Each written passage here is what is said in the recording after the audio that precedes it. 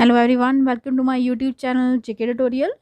Students, हम कर रहे थे क्लास 9th की साइंस का chapter 9 that is force and laws of motion, जिसमें हमने लास्ट टाइम डिस्कस किया था बैलेंस्ड एंड अनबैलेंस्ड फोर्सेस के बारे में। हमारा आज का टॉपिक है लॉज ऑफ मोशन, जिसमें आज हम डिस्कस करेंगे फर्स्ट लॉ ऑफ मोशन के बारे में। लेकिन उससे पहले जो मेरे चैनल पर न्यू है, मेरी वीडियो को फर्स्ट टाइम देख रहे हैं, वो प्लीज़ इसे सब्सक्राइब करना ना भूलें। चलिए स्टार्ट करते हैं। First law of motion.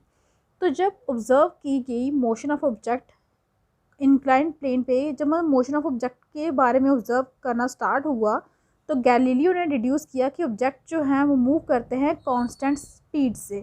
फिर गैलीलियो ने ये बात बोली, फाइंड की है उन्होंने अपनी ऑब्जर्वेशन से, कि ऑब्जेक्ट जो है वो मूव करते हैं कांस्टेंट स्पीड से जब कोई भी जो फोर्स उस पर एक्ट नहीं कर रही हो। अगर कोई ऑब्जेक्ट मोशन में है तो जैसी उसकी स्पीड है वो वैसी ही रहेगी तब तक जब तक उस पर कोई एक्सटर्नल फोर्स या कोई भी फोर्स जो है एक्ट ना कर रही हो। उसने ऑब्जर्व किया कि जब मार्बल रोल करता है एक इंक्लाइंड प्लेन पे, फ्लोर पे ही जैसे रोल करता हो कोई मार्बल, तो अगर आप उसको फ्लोर में मीन्स रोल करने के लिए छोड़ देते हो तो जो उसकी वेलोसिटी है वो पहले इंक्रीज हो जाती है। जब भी आप मार्बल को रोल करने की छोड़ते हो उसकी वेलोसिटी देखा कितनी फास्ट जाता है।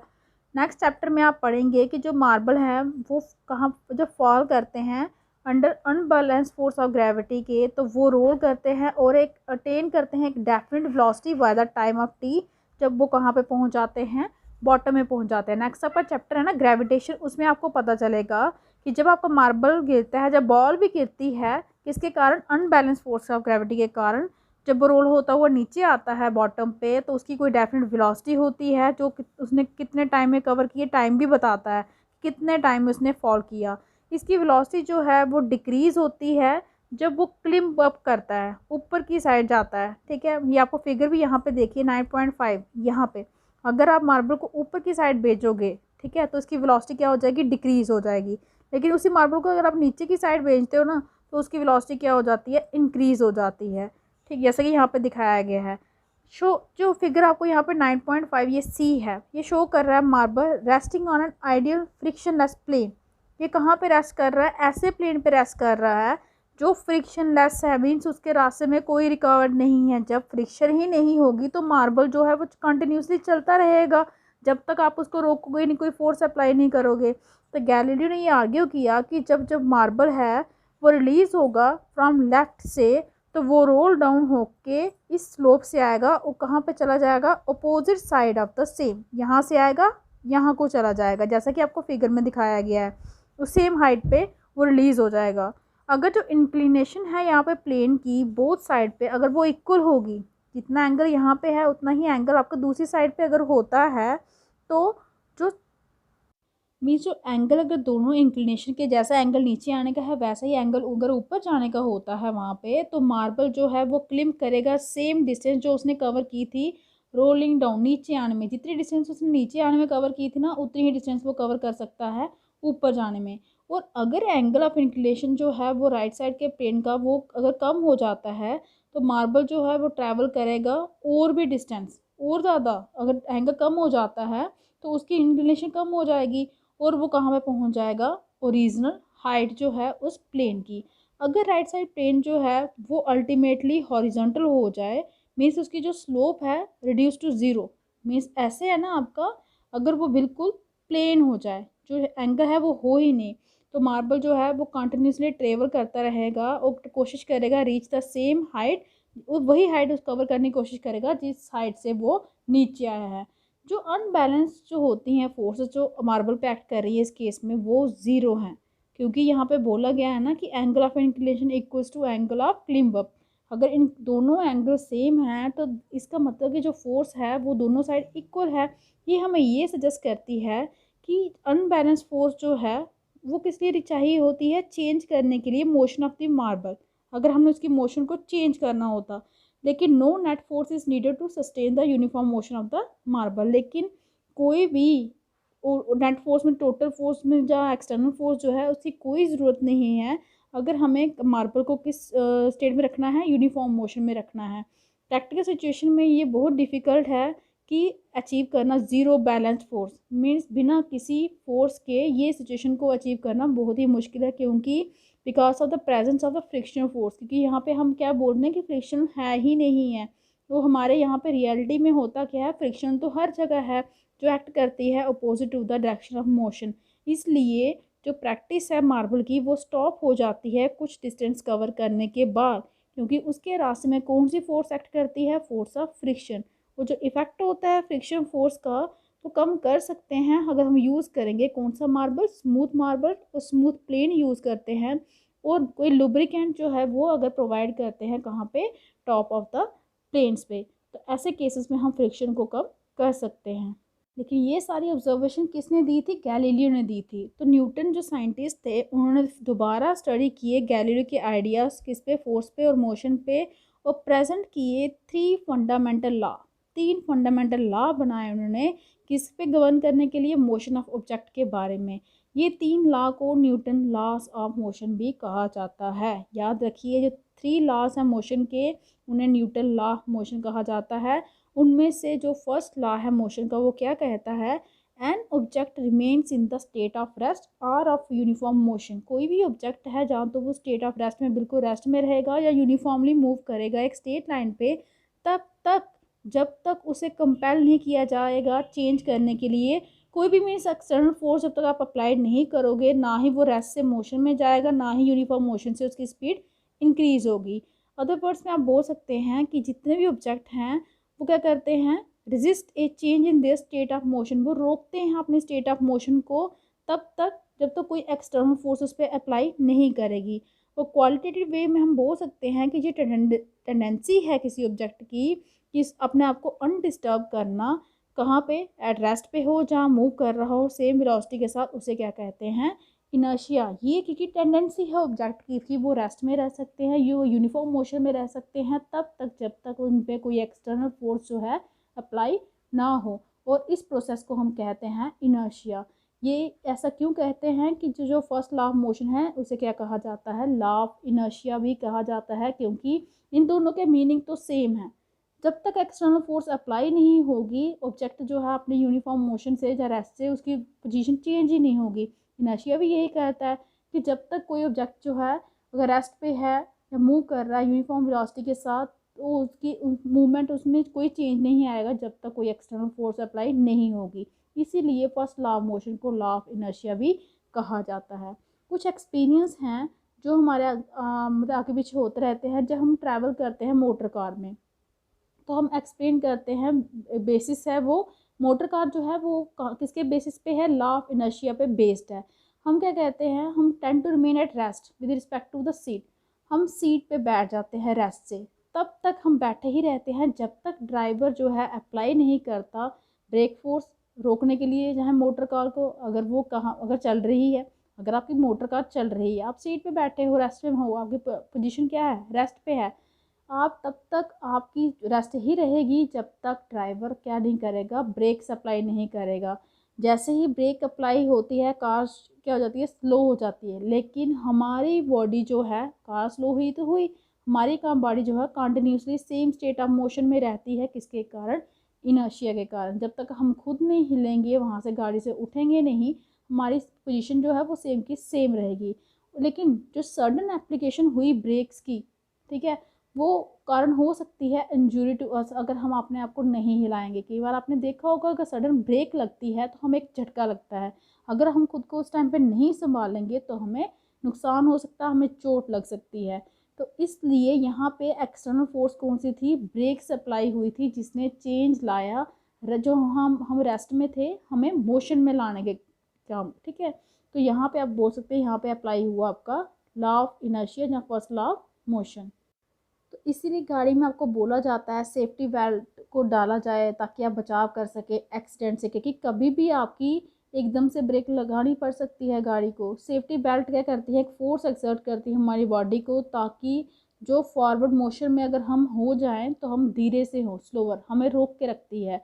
और एक अपोजिट एक्सपीरियंस जो है वो एनकाउंटर करती है जब हम स्टैंड करते हैं बस में, जब बस चलने वाली होती है, एकदम से आप खड़े होते हैं जब बस में, आपने देखा होगा जैसे ही बस जो है चलना स्टार्ट करती है तो आपको जोर का झटका लगता है। अगर आपने उसके ऊपर से हैंडल को ना पकड़ा हो, बस में होती है ना पाइप्स वगैरह, तो आपको इतना झटका लगे कि आप गिर भी सकते हैं। जहाँ हम क्या होता है, बस बैठे हों तो एकदम झटका लगता है, हम पीछे की साइड जाते हैं, ये एक कॉमन एक्सपीरियंस है, ये आप लोगों ने किए होंगे। ये क्यों होता है कि जब एकदम से स्टार्ट होती है बस, ठीक है, तो वो मोशन में आ जाती, वो रेस्ट में थी, ठीक है, तो हमारी जो मोशन थी बस की और हमारे जो फीट की कंटेक्ट किसके साथ थी, फ्लोर ऑफ द बस के साथ थी, जहाँ पे बस खड़ी थी। अब लेकिन जो रेस्ट थी हमारी बॉडी, वो अपोज कर रही थी मोशन को, वो नहीं चाहती थी मोशन, हमारी बॉडी रेस्ट में थी किसके कारण, इनर्शिया के कारण। लेकिन मोशन के में किसके कारण आई, जब एकदम से बस आपकी स्टार्ट हुई, वो उसको रोकती है ना, तो दोनों की जो फोर्स अप्लाई हो रही है, जब मोशन जो है वो अपोजिट डायरेक्शन में, हम रोकना चाहते हैं, वो स्टार्ट हो रही है, इसलिए हमारे गिरने के चांस यहाँ पे हो जाते हैं, इसलिए हम पीछे की साइड चले जाते हैं, कि धक्का लगता है आगे की साइड चले जाते हैं। जब मोटर कार में हम बैठते हैं, शार्प टर्न लेते हैं हाई स्पीड से, ठीक है, तो कई बार ऐसा होता है कि हम बाहर की साइड गिरने लगते हैं। अगर एकदम से आप मोड़ काटते हो ना मोटर कार का, तो ऐसा लगता है कि आप खिड़की की साइड जहाँ बाहर गिरने वाले हो, बाहर गिरने वाले होते हो। ये अगेन आप एक्सपेंड कर सकते हैं, ये भी किसके कारण है, लॉ ऑफ इनर्शिया के कारण, क्योंकि हम कंटिन्यूसली एक स्ट्रेट लाइन मोशन में, हम आराम से गाड़ी पे बैठे हैं और एकदम से एक अनबैलेंस फोर्स जो है वो अप्लाई हो गई इंजन के द्वारा, वो डायरेक्शन ऑफ मोशन को उसे चेंज कर दिया, किसकी डायरेक्शन ऑफ मोशन को, मोटर कार की, और हम स्लिप हो जाते हैं किसी एक साइड, सीट की एक साइड पे, किसके कारण, हमारी इनर्शिया जो है हमारी बॉडी का, उसके कारण। फैक्ट ये है कि बॉडी है जब रेस्ट पे ही रहती है तब तक, जब तक उस पर कोई अनबैलेंस फोर्स एक्ट ना करे। यहाँ पे कुछ एक्टिविटी दी गई हैं आपको, इसके थ्रू आप अंडरस्टैंड कर सकते हैं। आप एक पाइल बनाइए, सिमिलर कैरम कॉइन्स का बनाते हैं ना, कैरम बोर्ड वगैरह खेलते हो, ये पाइल बनाना आपको यहाँ पे। अटेम्प्ट कीजिए sharp horizontal hit at the bottom, आपने हिट करना है, लेकिन कहाँ पे करना है, बॉटम पे, वो भी जोर से स्ट्राइकर के साथ। अगर हिट स्ट्रॉन्ग है तो बॉटम कॉइन क्या करेगा, मूव कर जाएगा, एकदम से नीचे से निकल जाएगा, ये आपने देखा होगा, ये तो आमतौर पर जब आप कैरम खेलते हो तो ये होता है। वंस द लोएस्ट कॉइन, जैसे ही नीचे वाला कॉइन जो है वो रिमूव होता है, तो जो इनर्शिया है दूसरे कॉइन का, उनके कारण क्या होता है, वो ऊपर वाला जो है वो गिरना स्टार्ट हो जाते हैं, fall vertically on the table, गिरते हैं ना। तो ये आपको क्या शो कर रहा है, ये भी आपका लॉ ऑफ इनर्शिया शो कर रहा है। लगाई तो अपने नीचे वाले कैरम को थी, लेकिन ऊपर वालों को अफेक्ट हो गया, क्योंकि वो रेस्ट में थे, मोशन में तो नीचे वाले आए थे। उसी तरह जैसे आप बस में बैठे होते हो, मोशन तो आप बस को अप्लाई कर रहे हो, लेकिन इफेक्ट किसको होता है, जो पैसेंजर बैठे होते हैं। आप मोटर कार में बैठे हो, मोटर मतलब चेंज किस में आ रहा है, मोशन में क्या चीज़ आ रही है, डायरेक्शन किसकी चेंज हो रही है, मोटर कार की, लेकिन इफेक्ट किसको होता है, आप जो मोटर कार में बैठे हों। वैसे ही यहाँ पे एक और एक्टिविटी आपको दी गई है, आपने क्या करना है, एक 5 रुपये का कॉइन रखना है एक स्टिफ कार्ड पे, जिसने कवर किया है एक खाली ग्लास टम्बलर को, हाँ यहाँ पे दिखाया गया है फिगर में। Give the card A sharp horizontal flick, आप ऐसे करते हैं ना, एक फ्लिक सी देनी है, देखिए दिखाया है यहाँ पे फिगर में, एक कोने पे फ्लिक करना अपनी फिंगर से। If we do it fast, अगर हम जोर से करेंगे तो कार्ड क्या होगा, शूट्स अवे, गिर जाएगा नीचे, और एलो करेगा कॉइन को, वो गिर जाएगा वर्टिकली, कहाँ पे, ग्लास टम्बलर में। सोचिए, कार्ड वहाँ से निकल गया, लेकिन कॉइन कहाँ पे गिर गया, टम्बलर में, किसके कारण, उसके इनर्शिया के कारण, क्योंकि वो तो रेस्ट में था। मोशन किस पे अप्लाई की है आपने, कार्ड पे की है, तो जो इनर्शिया था कॉइन का, उसने कोशिश की मेंटेन करने की उसकी स्टेट ऑफ रेस्ट को, इवन तब भी जब जो कार्ड था वो वहाँ से उड़ गया। एक और एक्टिविटी यहाँ पे दी गई है, एक ग्लास ले लीजिए, फिल कर दीजिए, जब टम्बलर ले लीजिए, उसको अपने पानी के साथ भर के ट्रे पे रखना है। अब आपने पकड़ना है ट्रे को और ज़ोर से घूमना है गोल गोल, ठीक है, घूमते हो ना कई बार ऐसे, आप कुछ ट्रे छोड़िए, आप किसी बकेट में पानी डालिए, उसको पकड़ के अगर गोल गोल घूमेंगे तो क्या होगा, वाटर स्पिल्स, उसमें से पानी गिरना शुरू हो जाता है। क्यों, वाटर जो था वो रेस्ट में था, मोशन में तो आप पकड़ के ला रहे हो, लेकिन वो कोशिश कर रहा है अपने इनर्शिया के कारण वो रेस्ट में ही रहने की, लेकिन फिर भी जो अनबैलेंस फोर्स एक्ट कर रही है, वो उसको क्या कर रही है, अपोज कर रही है, उसकी रेस्ट को डिस्टर्ब कर रही है, इसलिए वाटर भी क्या आ रहा है, आपका मोशन में आ रहा है। हम ऑब्जर्व कीजिए, तो ये प्रोवाइड किए, जैसे ग्रूव है वो प्रोवाइड किया जाता है सॉसर के साथ, प्लेसिंग द टी कप, जब टी कप के साथ प्रिवेंट करता है कप को from toppling over in case of sudden jugs. वो क्यों लगाया गया होता है, ताकि कहीं झटका लग भी जाए तो वो जो कप है टी का, वो छलके ना, बाहर की साइड ना आए, तो अपनी स्टेट ऑफ रेस्ट में ही रहे। नेक्स्ट ये है आपका इनर्शिया और मास। इनर्शिया और मास होते क्या हैं, जितने भी एग्जाम्पल अभी अभी हमने किए हैं, एक्टिविटीज़ की हैं, वो उसमें देखा कि एक रेजिस्टेंस होती है, रुकावट होती है, और हर एक ऑब्जेक्ट के रास्ते में जब उसकी चेंज होती है स्टेट ऑफ मोशन, जो उसकी स्टेट ऑफ मोशन को क्या करती है, उसको रोकती है। रेजिस्टेंस क्या करती है, स्टेट ऑफ मोशन में जो भी चेंज आती है उसको रोकती है। अगर जैसे कोई ऑब्जेक्ट रेस्ट में है तो वो रेस्ट में ही रहेगा, अगर वो मूव कर रहा है तो वो मूव ही करता रहेगा। इस प्रॉपर्टी को हम कहते हैं इनर्शिया।